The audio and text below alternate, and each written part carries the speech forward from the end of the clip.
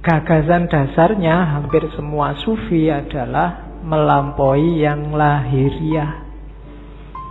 Jadi ini penekanan sangat serius dari para sufi. Kita jangan ketipu oleh lahiriah, karena yang lebih punya nilai itu adalah yang dibalik lahir. Ya kalau manusia berarti ruhaniyahnya lebih penting. Kalau itu sesuatu berarti esensinya, bukan eksistensinya. Yang ruhaniyah bisa menipu. Bumi itu kelihatannya cuma debu, tapi kalau kamu masuk ke dalam, banyak hal berharga di situ. Ada emas, ada minyak.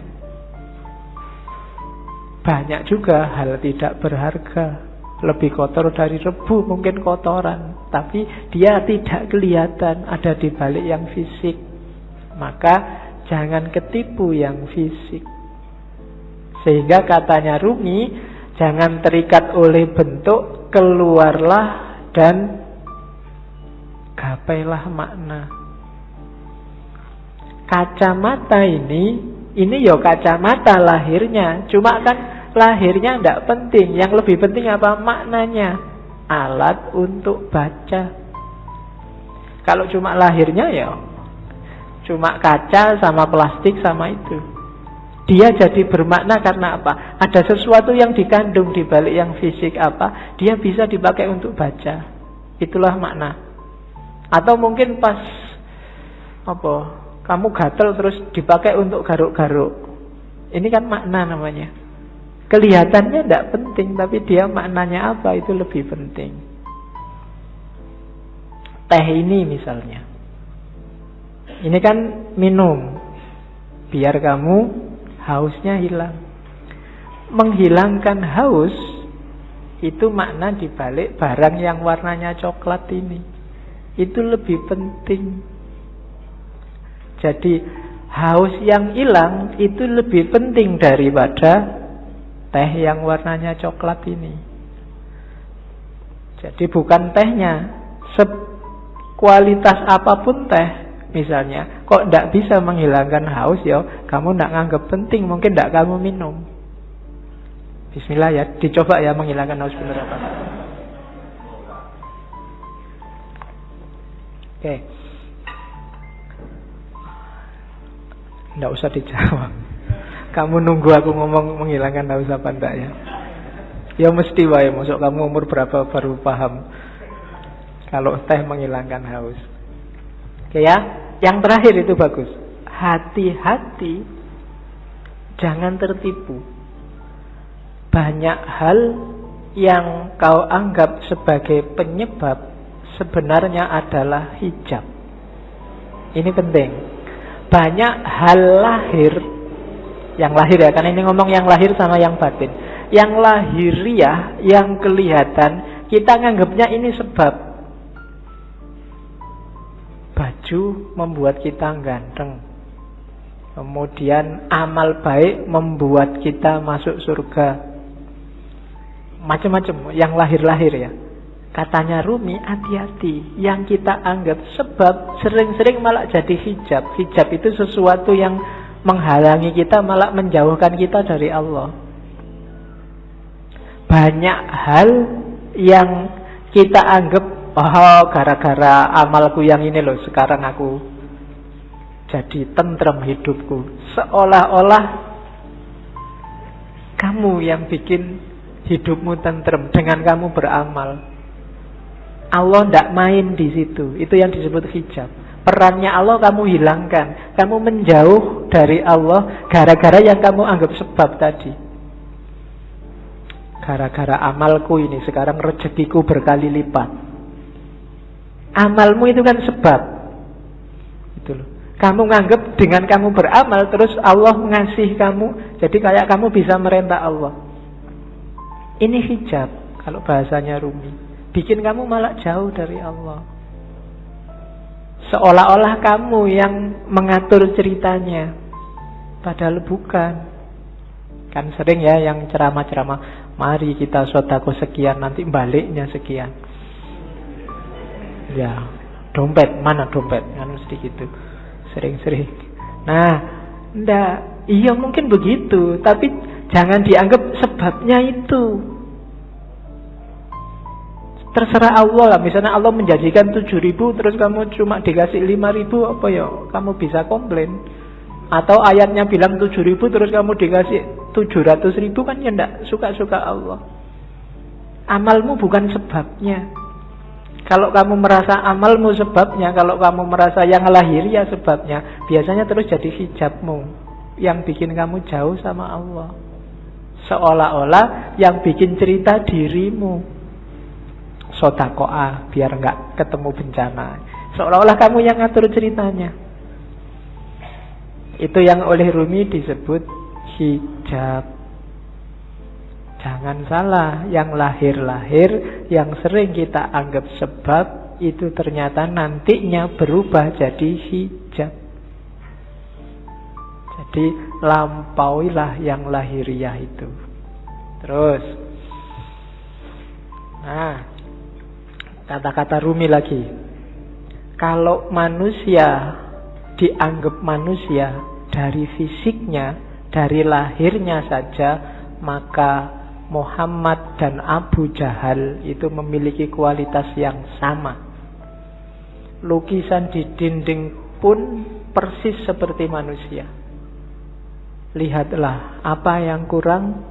Lukisan indah itu kehilangan ruhnya. Jadi manusia juga begitu. Jadi manusia atau tidak yang sejati tidak tergantung fisik, tapi tergantung dimensi batinnya. Kalau hanya fisik, maka Muhammad dan Abu Jahal itu ya sama-sama Arabnya, sama-sama punya jenggotnya, sama-sama pakai jubahnya, sama-sama pakai bahasa Arab, sama-sama takbir. Mungkin. Tapi yang membedakan apa? Ruhaniyahnya, batinnya. Maka kalau menilai, patokannya jangan luarnya. Kalau kamu menilai orang baik, wah ini pakai jenggot, pakai baju jubah, batuknya hitam, radikal mesti. Nah, itu namanya kamu hanya dari lahirnya. Oh, pakai kopiah, pakai sarung santri, bid'ah mesti kelakuannya. Nah, itu cuma dari lahirnya. Apa yo ngerti? Cuma dari lahir, kan begitu. Kalau hanya kamu lihat lahirnya, mungkin yo bintang-bintang film itu yo harusnya sangat berkualitas, superhero atau main jadi wali, kan ada yang jadi kiai itu. Kalau cuma lahirnya loh ya. Oke, jadi ndak lampaui yang lahir, jangan ketipu oleh yang lahiriah.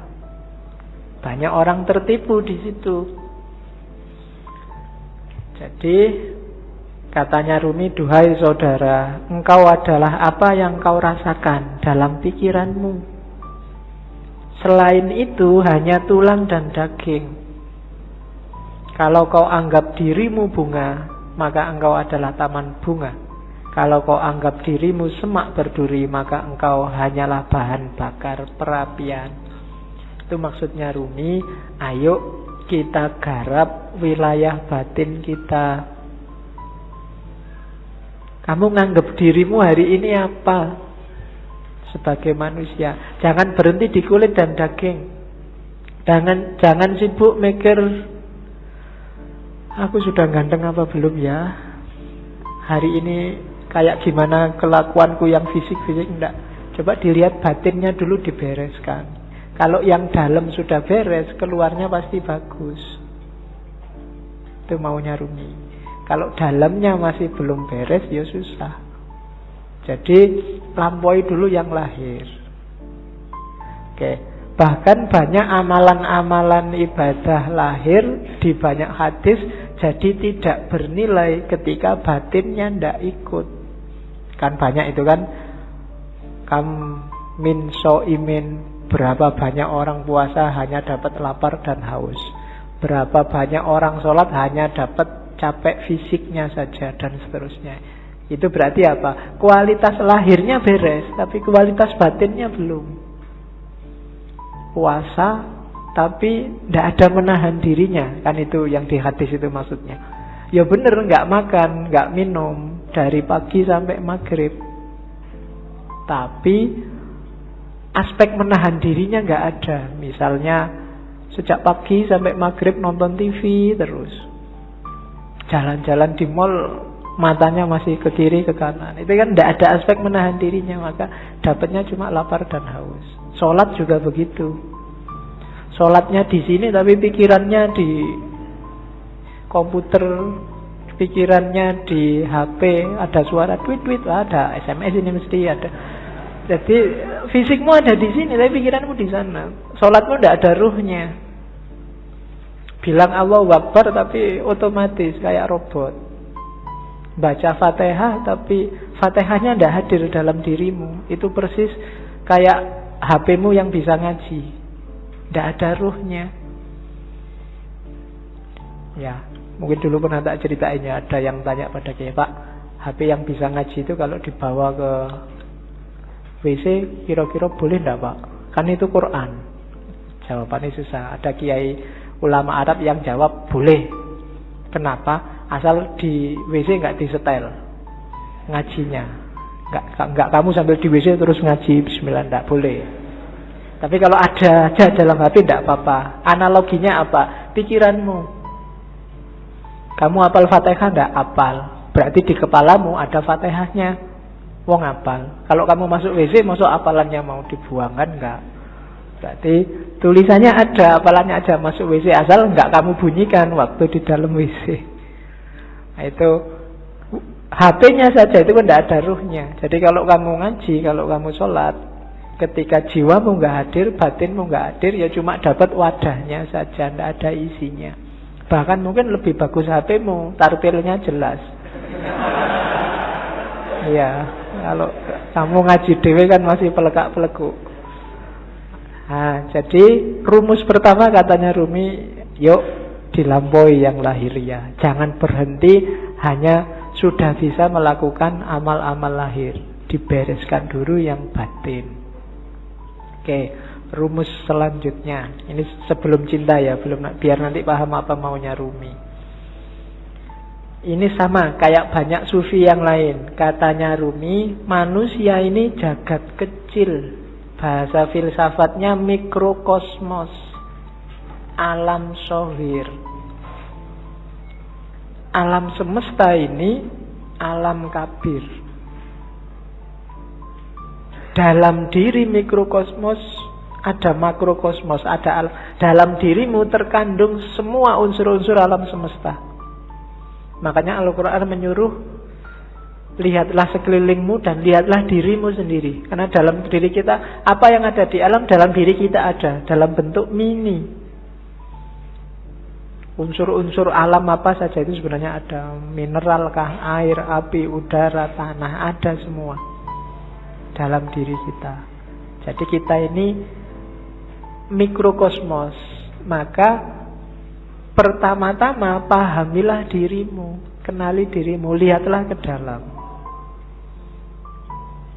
Nah, kalau sudah paham diri kita, kita akan paham alam semesta. Karena dalam diri kita ada seluruh alam semesta. Kalau kita sudah paham alam semesta, kita akan paham Allah. Karena alam semesta ini manifestasi dari sifat-sifat Allah semuanya. A sampai Z. Makanya ada hadis yang bilang man arofa nafsahu faqad arofa rabbahu. Barang siapa kenal dirinya, dia akan kenal Tuhannya. Rumusnya apa? Dalam diri kita ada alam semesta, makrokosmos. Makanya kita disebut mikrokosmos. Begitu kita paham makrokosmos dan mikrokosmos, kita akan paham tentang Tuhan. Kenapa? Karena alam semesta ini isinya adalah manifestasi dari semua sifat-sifat Tuhan. Tuhan yang penyayang, Tuhan yang pemaaf, Tuhan yang teliti, Tuhan yang maha adil, dan seterusnya. Itu kan ada di alam semesta ini. Keadilannya, sayangnya, dan seterusnya itu kan bisa kita lihat di jagat besar. termasuk jagat kecil diri kita sendiri. Betapa telitinya Allah. Misalnya matahari itu kalau lebih dekat 10 cm aja dari bumi, bumi tidak akan kuat, dia akan terbakar dan kalian tidak bisa hidup. Atau dia lebih jauh 10 cm saja, bumi juga tidak akan ada kehidupan, pasti akan beku. Kok matahari bisa pas begitu? Itu ketelitian Allah. Tidak mungkin nggak sengaja. Itu iseng aja, Pak, nggak sengaja. Tidak, itu Allah yang teliti. Tubuhmu kan juga teliti. Sikunya pas gini, coba sikunya di sini mungkin kamu ya susah, ya kan? Kenapa yang tumbuh terus rambut ini kok tidak tumbuh terus? Kalau jenggot bisa panjang tapi ini nggak bisa panjang dan seterusnya. Itu kan ketelitian Allah. Dalam alam zohir dan alam kabir, kamu bisa membaca semua tanda itu dan menemukan Allah dan memahami Allah. Maka man arofa nafsahu faqad arofa robbahu. Jadi manusia sebagai mikrokosmos dan makrokosmos. Maka hakikatnya kita dan alam itu levelnya sama. Jangan mengeksploitasi alam, jangan merusak. Itu apa? Karena ini bagian dari kita. Termasuk dengan sesama. Kita dan masyarakat yang lain itu satu. Kita dan alam semesta itu satu. Hanya kita dalam bentuk mini. Oke, saya lanjutkan karena malam ini materinya agak banyak. Ini kalimat yang saya suka dari Rumi. Jangan engkau seperti iblis, hanya melihat air dan lumpur ketika memandang Adam. Lihatlah di balik lumpur beratus-ratus ribu taman yang indah. Kalimat ini menurut saya penting karena orang Indonesia hari ini cara berpikirnya landasannya adalah suudzon. Nganggap orang lain jelek, khususnya yang berbeda dengan dirinya. Kalau sudah benci, tidak ada baiknya sedikit pun. Itu disindir oleh Rumi. Orang kayak gini, kayak iblis yang melihat Adam hanya dari sisi air dan lumpurnya. Tidak melihat bahwa siapapun itu kalau manusia di balik yang fisik yang kelihatan, mungkin yang kurang ajar, yang jahat, yang ada entitas ketuhanan.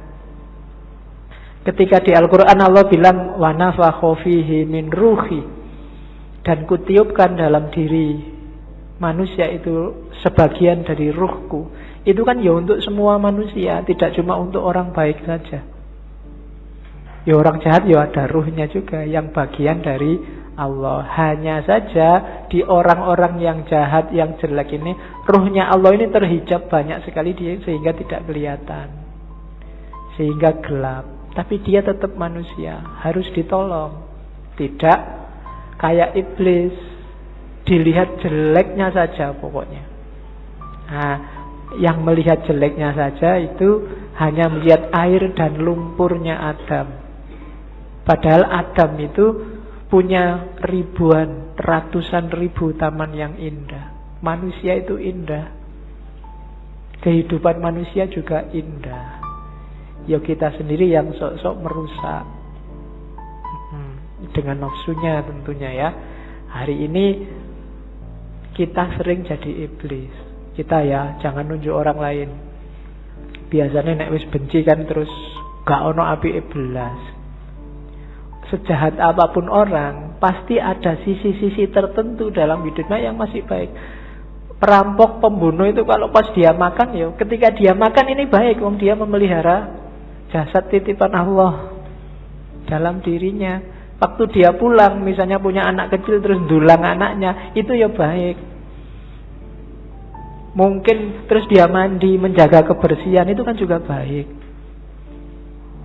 Mungkin di antara hasil curiannya eman-eman ini, sodako sebentar tetanggaku ada yang tidak, iki yo apik meskipun barang colongan itu tadi. Malingnya jelek iya, ngerampoknya jelek, tapi banyak sisi yang baik dalam kehidupannya, tapi kalau begitu kita benci, yang baik-baik ini nggak kita lihat. Sebaliknya kadang-kadang juga begitu kita suka, yang jelek-jelek nggak kita lihat.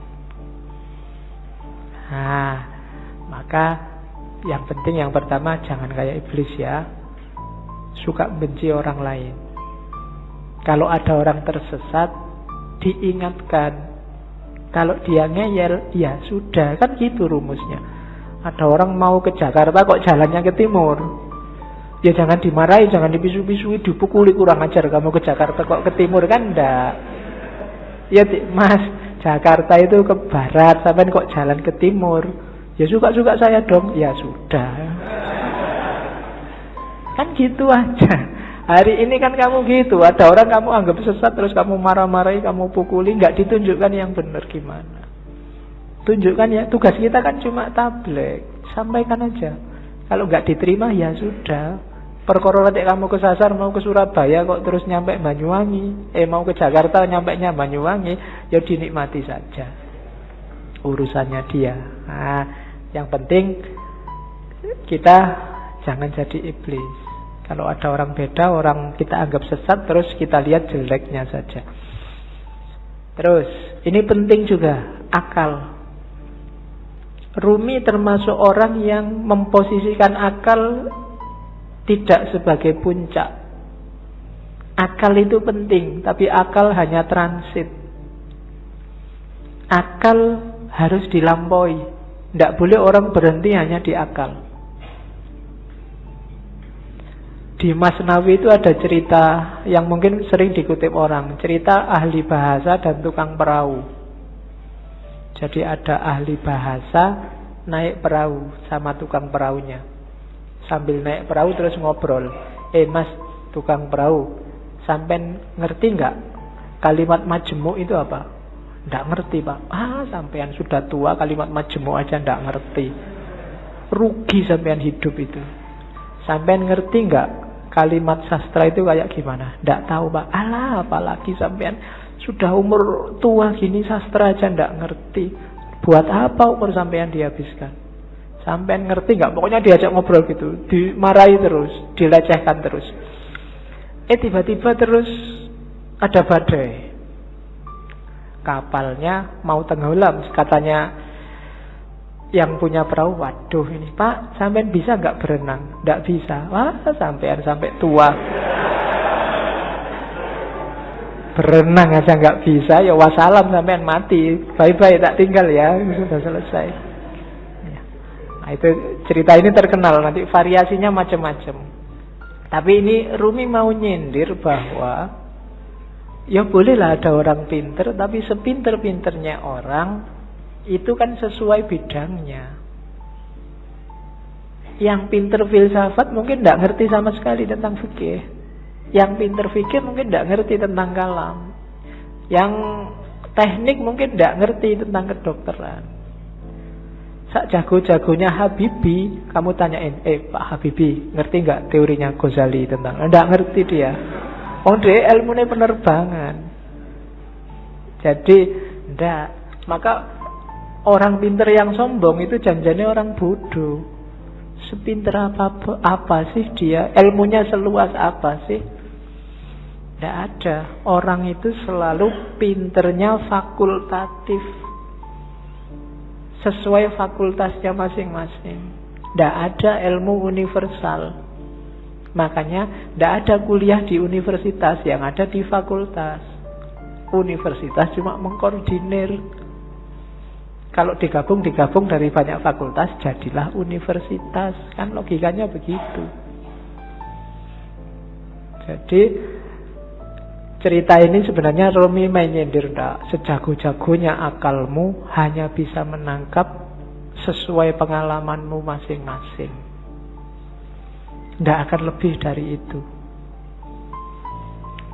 Tapi saya ngerti dunia luar angkasa loh Pak. Ya, paling kamu pernah baca buku tentang luar angkasa, kan itu aja.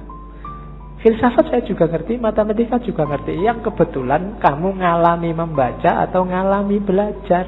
Yang tidak ya enggak. Sokrates mungkin orang paling pinter tapi sama istrinya urusan nyambel apa urusan bikin sayur itu tetap menang istrinya. Ya kan? Sepinter apapun Immanuel kan, kalau bannya bocor, kan ada cerita satu ketika Immanuel kan bannya bocor, sadelnya patah. Begitu nyampe di tukang sadel, Immanuel kan pingin nguji yang punya, tukang sadel tolong saya dibikinin sadel yang pakai rumus trigonometri plus 2 kali. Dari tukang sadel tidak bisa saya. Kalau sadel biasa bisa, kalau pakai rumus macam-macam tidak bisa. Ya memang beda ilmunya. Jadi yang pertama catatannya akal itu tidak segalanya. Kalau kita hanya bersandar pada akal, maka kita bersandar pada batas pengalaman kita sendiri. Karena sejauh apapun ilmu kita, ya sebatas yang pernah kita alami. Ilmunya mahasiswa filsafat pasti beda dengan mahasiswa pendidikan, pasti beda dengan mahasiswa teknik. Itu batasnya akal. Jadi saya bilang tadi, akal hanya transit.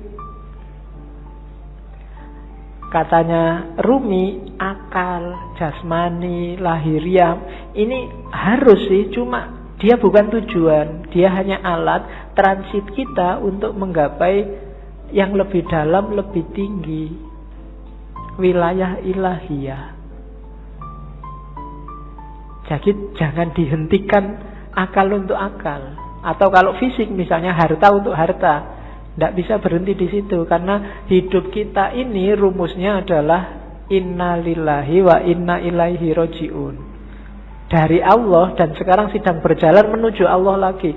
Maka apapun pengalaman, kalian punya apapun, ngerti ilmu apapun, punya harta apapun, punya kebisaan apapun, harus dalam rangka mendukung berjalan semakin dekat pada ilaihi roji'un.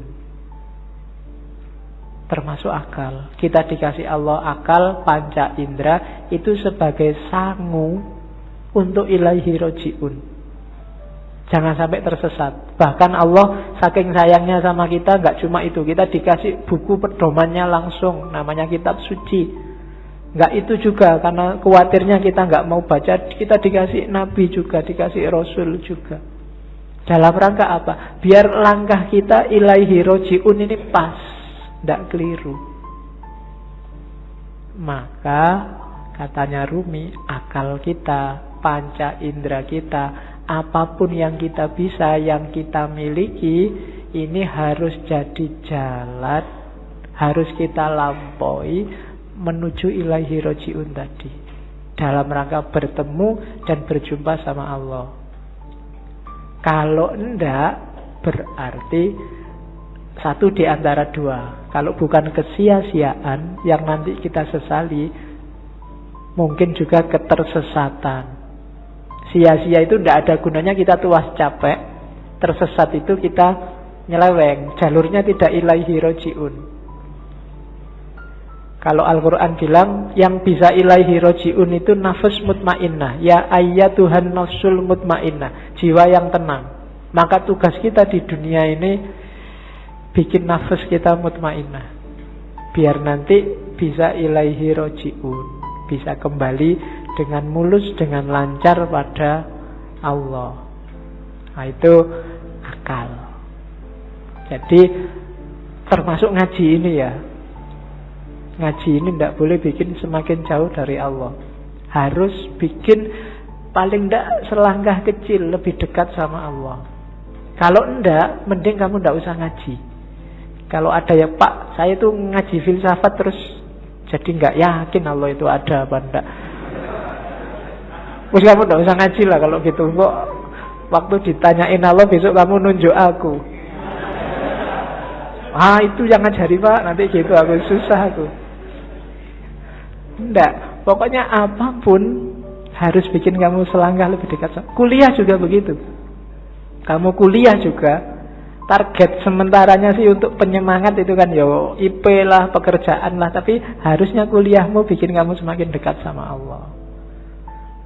Makan juga begitu, tidur juga begitu. pacaran juga. Ya. Ya, jadi kalau punya pacar, bilang ke pacarmu, kita komitmen ya, kita pacarannya semakin mendekat ke Allah. Ya diatur sendiri rumusnya, kamu yang ngerti. Ya, kalau mau pegangan tangan, bismillahirrahmanirrahim. Ya, kalau sudah, alhamdulillah. Gitu. Oke, itu maunya Rumi. Jadi apapun fasilitas yang diberikan Allah pada kita sekarang, manfaatkan itu untuk ilaihi roji'un. Hakikat kita ada di situ. Dan semua yang bikin kita semakin jauh dari ilaihi roji'un, hindarilah. Termasuk mungkin yang casing itu kan tampakan luarnya, kelihatannya ini sangat agama deh, kelihatannya ini sangat islami deh, tapi kok rasanya bikin kamu semakin gak dekat sama Allah, mending dijauhi. Oke, itu Rumi. Saya ingin ngomong sedikit tentang ini. Tarian berputar, Darwis, Whirling Darwis. Di tarian ini ada beberapa kunci ajarannya Rumi. Ya kalian lihat, kemarin di masjid juga ada. Itu ada rumusnya. Mungkin kalian lihat ini kan semakin muter semakin cepat, semakin lemah semakin cepat. Ada yang tanya kok enggak pusing ya? Enggak. Ada rumusnya. Kalau pengen enggak pusing, yang pertama, waktu muter, kepalanya jangan ikut muter. Jangan ikut geleng, jangan ikut ngangguk. Yang kedua, jangan merem. Kalau merem, ada kecenderungan lebih pusing. Yang ketiga, jangan lirak-lirik. Pandangan matanya harus lurus. Jadi yang gerak cuma badannya. Posisi tangan itu penting. Tangan kanan menunjuk ke atas, tangan kiri ke bawah. Ini menjemput, menunggu hidayah dari Allah. Kalau sudah dapat, disebarkan ke bawah. Jangan dilek dewe, bahasa Jawa nih. Aja dipek dewe. Kalau dapat ilmu banyak, kalau dapat yang penting-penting, ya disebarkan. Jangan pelit, jangan nunggu diundang dan dibayar baru mau ngajar. Ya, wong ilmu kamu nggak beli. Saya selalu bilang ilmu itu bukan karena usaha kita, tapi dikasih Allah. Kalau belajar itu kewajiban kita, tapi dapat ilmu atau tidak itu terserah Allah. Makanya kadang-kadang ada mahasiswa kuliah kok ngantuk. Jangan dimarahin, mungkin memang belum rezekinya dapat ilmu dari dosennya. Jadi ini menjemput hidayah, yang ini menyebarkan. Terus mutarnya berlawanan dengan jarum jam, yaitu ada filosofinya. Kayak tawaf itu kan berlawanan dengan jarum jam juga. Ya mungkin filosofinya, kalau manut jarum jam itu berarti ikut ritmenya dunia, ikut ritme sehari-hari. Tapi yang spiritual itu ritmenya dibalik.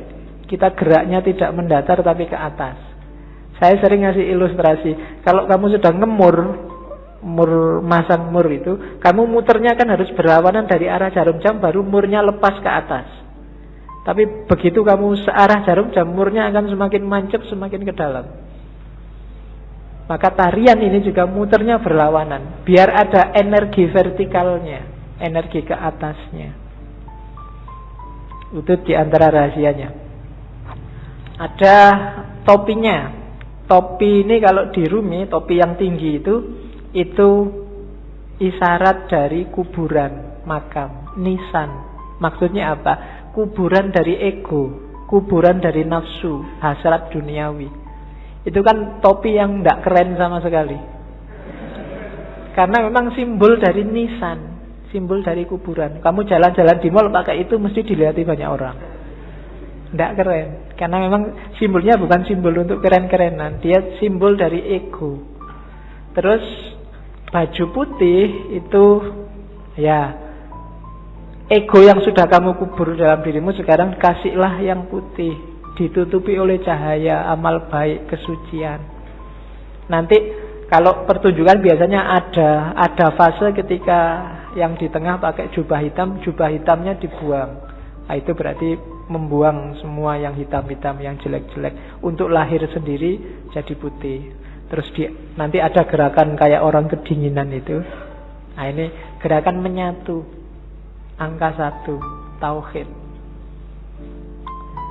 Dan seterusnya. Itu wawasan kecil aja. Jadi kamu jangan heran kalau ada jenis tari semacam itu. Itu ada makna spiritualnya. Nari saja tanpa makna ya eman-eman. Yang lihat tari juga harusnya bisa ngambil makna. Kalau dalam sufi jenis semacam ini namanya sama. Sama itu seni mendengarkan. Dengan mendengarkan terus kamu tergerak mengalami kedekatan sama Tuhan. Kan kadang-kadang ada orang yang kalau wiritan sendiri dia susah dekat sama Allah, susah tergetar hatinya. Tapi begitu mendengarkan orang ngaji, mendengarkan lagu-lagu spiritual itu batinmu tergetar. Dengerin lagu religius itu kamu kadang-kadang kan bisa nangis, apalagi pas duit entek. Kok sedih ya aku, kapan ini kan gitu. Nah, itu. Tapi kalau wiritan sendiri enggak, kan ada yang gitu. Maka teknik mendekat ke Allah itu sufi macam-macam. Kalau di torekotnya Rumi ini pakai tarian sama namanya. Karena ada musiknya nanti kan, dan musik itu yang bikin ekstase lebih cepat. Oke, itu Whirling Darwish namanya. Teori tentang Darwish yang berputar. Saya sudah mau masuk ke cinta, cuma puisi ini menarik saya untuk bekal teman-teman. Bagus untuk tidak kemerungsung. Banyak orang hari ini ketika kamu belajar ajarannya sufi terus, waduh berarti harus jadi sufi ini.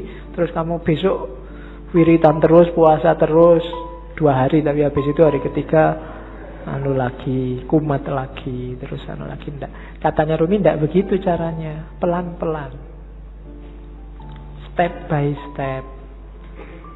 Jika engkau belum punya ilmu, hanya prasangka, ya milikilah prasangka yang baik tentang Tuhan. Begitulah caranya, katanya Rumi. Jika engkau hanya mampu merangkak, maka merangkaklah kepadanya. Gak usah nunggu pinter tasawuf, pinter ilmu kalam, pinter fikih baru mendekati Allah. Bisanya apa? Ya dengan itu kamu mendekat ke Allah. Jika engkau belum mampu berdoa dengan khusyuk, tetaplah persembahkan doamu yang kering, munafik, tanpa keyakinan itu. Karena Tuhan dengan rahmatnya akan tetap menerima mata uang palsumu. Tidak apa-apa. Kan banyak kan sekarang doa itu tidak ada rasanya karena kamu sudah hafal. Saking hafalnya kan doa Bismillahirrahmanirrahim, alhamdulillah. Doa itu kan minta. Minta apa tidak jelas. Itu mungkin malaikat ya bingung, kamu itu minta apa? Jaluk kok sambil ngeremong, sambil kadang yang jarinya sambil berdoa sambil mungkin jaluk tenan apa ya. Tapi tidak apa-apa katanya Rumi. Persembahkan saja doamu. Gusti Allah itu maha rahmat. Dengan rahmatnya dia tetap menerima mata uang palsumu. Ya, dulu ada yang tanya ke saya, kenapa doanya orang Islam itu tidak terlalu manjur, lebih manjur doanya orang Cina. Karena orang Islam itu pasif. Kalau doa nunggu, ya Allah kasih dong ya Allah. Kalau orang Cina maksa, ya Allah turunkan. Jadi akhirnya jatuh semua dari atas. Kamu kan nunggu buahnya jatuh. Kalau orang Cina jatuh dari atas. Oke. Jadi tidak apa-apa wis. Berdoa sebisamu. Ya agak palsu-palsu dikit, munafik-munafik dikit. Itu kan kering, munafik tanpa keyakinan. Keyakinan itu penting loh dalam berdoa. Karena Allah menjawab doamu itu sejauh keyakinanmu.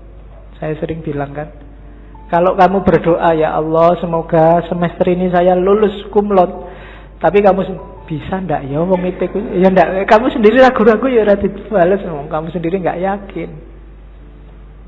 Keyakinan itu penting. Pak, saya keyakinannya separuh, apa ndak usah berdoa saja? Ya berdoa saja, jangan khawatir. Allah tahu yang kamu mau. Berdoalah. Allah tetap mengakui meskipun uangmu palsu, sama Allah diterima aja, ndak apa-apa wis. Karena Allah sangat sayang sama kita. Jika engkau masih mempunyai 100 keraguan mengenai Tuhan, maka kurangilah menjadi 99 saja. Begitulah caranya, wahai pejalan. Jadi kalau kita masih tidak terlalu mantep keimanan kita selama ini, masih melanggar-melanggar, masih dosane oke, ya tidak apa-apa, dikurangi dikit-dikit. Ya 100% tidak mungkin lah ya. Dikurangi 1%, biar jiwamu terlatih. Kalau langsung dibuang semua, insya Allah gagal. Ya, saya langsung ingin ikhlas lillahi ta'ala, tidak ngejar surga Pak, tidak iso. Harus pelan-pelan. Terus,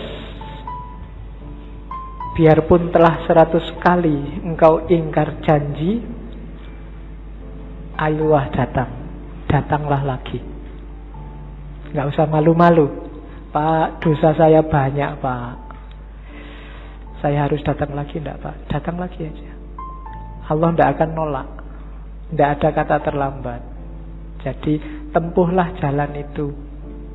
Pak, itu dhuwur banget ya Pak teorinya Pak, tinggi sekali apa ya? Saya bisa Pak, bisa. Pelan-pelan, sedikit-sedikit, biar ilaihi roji'unnya sempurna. Eman-eman, kalau nanti kamu tidak, nafasnya tidak mutmainnah, dilatih pelan-pelan.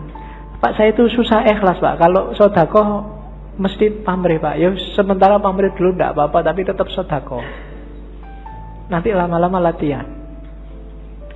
Oke, jadi tempuhlah jalan itu. Jangan ragu-ragu, jangan nunggu. Biasanya kelemahan yang muda-muda kayak teman-teman nunggu nanti besok kalau tua. Ya, kalau yang zaman muda ndak, yang tua kelihatannya lebih berat.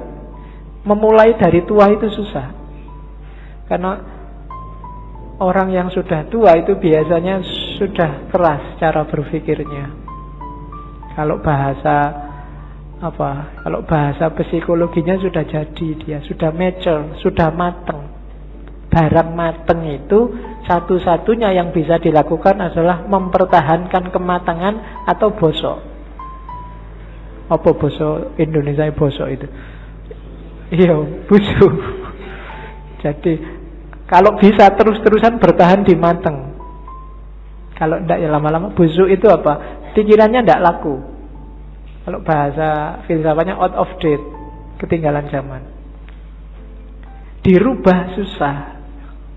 Makanya kadang-kadang orang itu sudah tua, umur 30 kok tidak kawin-kawin, itu biasanya malah susah, malah lama, terlanjur matang. Iya. Peribahasanya kan begitu. Jodoh di tangan Tuhan, tapi umur 30 tahun ke atas Tuhan lepas tangan. Suruh nyari sendiri. Sudah capek Tuhan, nunggu sampai umur 30 kok nggak kawin-kawin. Oke, terus yuk kita mulai cinta. Panjang ya pengantarnya sebelum cinta. Yang pertama tentang cinta sekarang. Katanya Rumi, cinta itu sifatnya universal. Karakter yang dimiliki semua orang, agama apapun, dari budaya apapun. Tidak ada agama, tidak ada budaya, tidak ada peradaban yang tidak menganggap cinta itu luhur dan baik. Semua menganggap cinta itu luhur dan baik. Jadi itu rumus pertama. Kamu mencintai, itu tidak ada orang anggap kamu jelek apapun, kecuali yang duniawi. Jadi cinta ini perasaan yang universal. Yang kedua, cinta itu obat. Obat dari kesombongan, obat dari kelemahan, obat dari duka cita. Mengingatkan yang minggu-minggu lalu ya. Jadi cinta itu kan ketika orang berhubungan dengan sesuatu, tapi dia tidak memiliki pamrih apapun selain untuk yang dicintai. Ibu ke anak, orang tua ke anak, mungkin kamu dengan sahabatmu, ketika nggak nuntut apa-apa, Kepingin yang kamu cintai ini bahagia, baik, unggul, dan bila perlu kamu berkorban demi kebahagiaannya, demi kebaikannya. Tidak usah ada balasan apa-apa. Kan itu kemarin definisinya cinta.